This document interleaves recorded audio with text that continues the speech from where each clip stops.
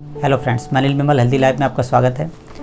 आज एक बहुत ही गंभीर विषय पर आपसे चर्चा करूंगा कि मोटापा यह एक बहुत बड़ा रोग बनता जा रहा है और इसके कारण बहुत सी बीमारियां हमें लग रही हैं। और आने वाले समय में अभी तो एक न्यूज़ में भी आया, एक सर्वे भी कई बार हो चुका है कि लगभग कुछ सालों में ही विश्व में लगभग 130 करोड़ से ज़्यादा लोग डायबिटीज़, हार्ट डिसीज़, अन्य प्रकार के डिसीज़ के शिकार हो जाएंगे। तो उन सब का सबसे बड़ा कारण मोटापा। और आजकल देखिए, मोटापा आपने देखा है, पेट का बढ़ना या बगल में बेली फैट का बढ़ना, तो ये सब एक बहुत बड़ा कारण है। और इसको कम करने के लिए इसको काफ़ी प्रयास कर रहे हैं लोग, डाइटिंग कर रहे हैं, कई प्रकार के व्यायाम कर रहे हैं, कई प्रकार की मेडिसिन्स ले रहे हैं। तो मैं आज आपको ऐसे कुछ टिप्स बताने वाला हूँ। आप पूरा वीडियो एंड तक देखिए।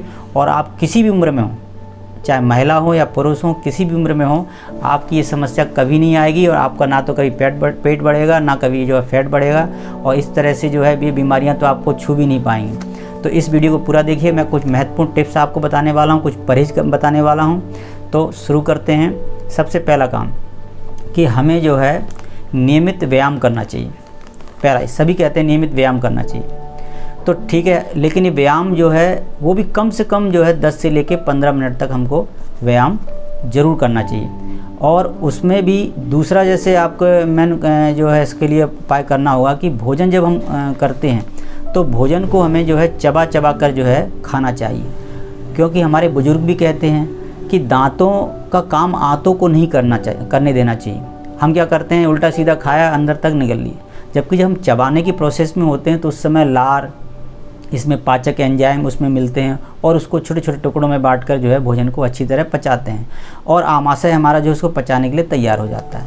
तो इसीलिए जब अपच हमारे क्यों पैदा होती है, क्यों मोटापा बढ़ रहा है, क्योंकि हम जैसे उल्टा सीधा खाया और उसको निगल लिया। तो इस तरह से भी मोटापा का ये कारण है।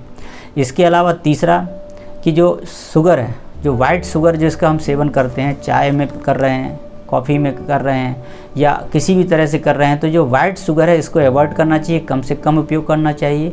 और यह भी मोटापे के लिए सबसे बड़ा कारण, दुगनी गति से मोटापा बढ़ता है। तो इसका सेवन हमें ना के बराबर करना चाहिए या ना करें। अगर आपको मीठे खाने की ज़्यादा इच्छा है तो आप मिश्री का प्रयोग कर सकते हैं, गुड़ का प्रयोग कर सकते हैं, और भी कई नेचुरल चीज़ें उनका उपयोग करें।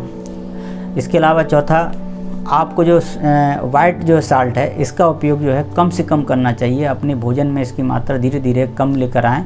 और हमें नमक कम से कम इसका उपयोग करना चाहिए। यह भी मोटापे को बढ़ाने का प्रमुख कारण है। इसके अलावा संतुलित आहार, हमें संतुलित आहार लेना चाहिए। हम खाना तो खा रहे हैं पर कुछ भी खा रहे हैं, इसलिए हमें विटामिन्स, प्रोटीन्स, मिनरल्स, कार्बोहाइड्रेट और खनिज लवण, जल, वसा, सभी चीज़ें एक संतुलित आहार होना चाहिए। तो इसका भी हमें ध्यान रखना चाहिए।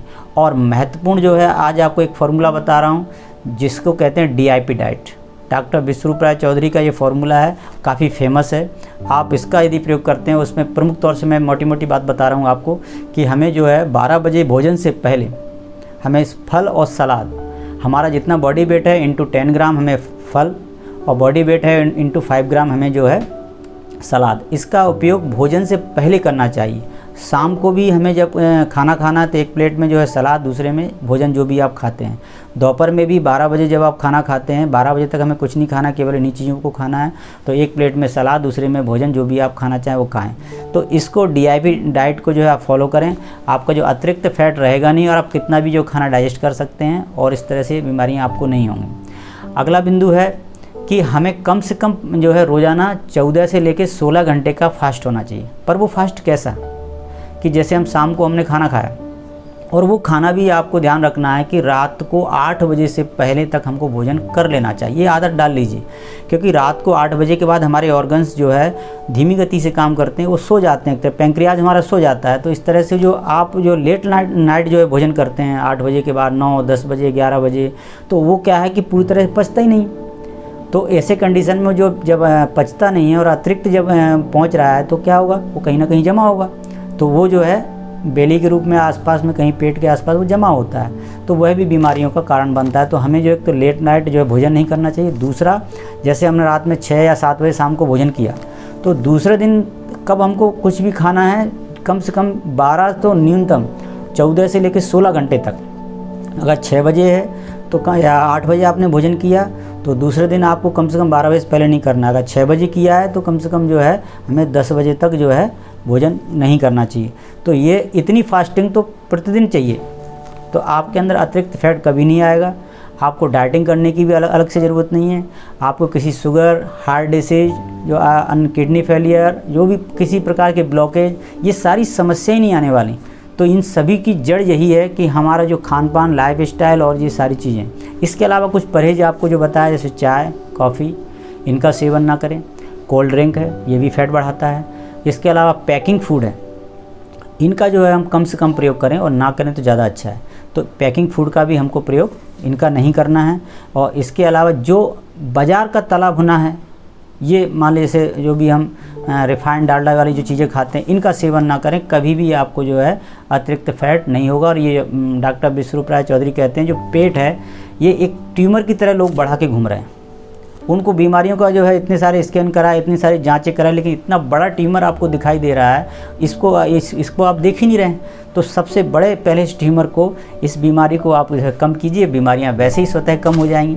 तो इसके अलावा जैसे चाय, दूध का जैसे बताया कि इसका परहेज करना है, लेकिन एक और सबसे बड़ा कारण है जो मैं आपको स्पष्ट कर देता हूँ कि दूध और दूध से बने उत्पाद, ये जो है बैड कोलेस्ट्रॉल हमारे शरीर में बढ़ाते हैं, इसलिए भी मोटापा बढ़ता है, ब्लॉकेज बढ़ती हैं। इसलिए हमें किसी भी जानवर का दूध जो है या दूध से बनी चीज़ें हैं, इनको अवॉइड करना चाहिए। अगर यदि हमारी उम्र 40, 45, 50 से ऊपर जाती है तो बिल्कुल नहीं उपयोग करना चाहिए, क्योंकि हम उस तरह का जो है शारीरिक व्यायाम भी नहीं कर पाते, ना ही काम कर रहे हैं, तो उसको जो है अपने शरीर में जो है सही दोहन भी नहीं कर पाते। इसलिए जो है यह भी इस चीज़ का ध्यान रखना है कि दूध और दूध से बने उत्पाद हमें तत्काल छोड़ देने चाहिए।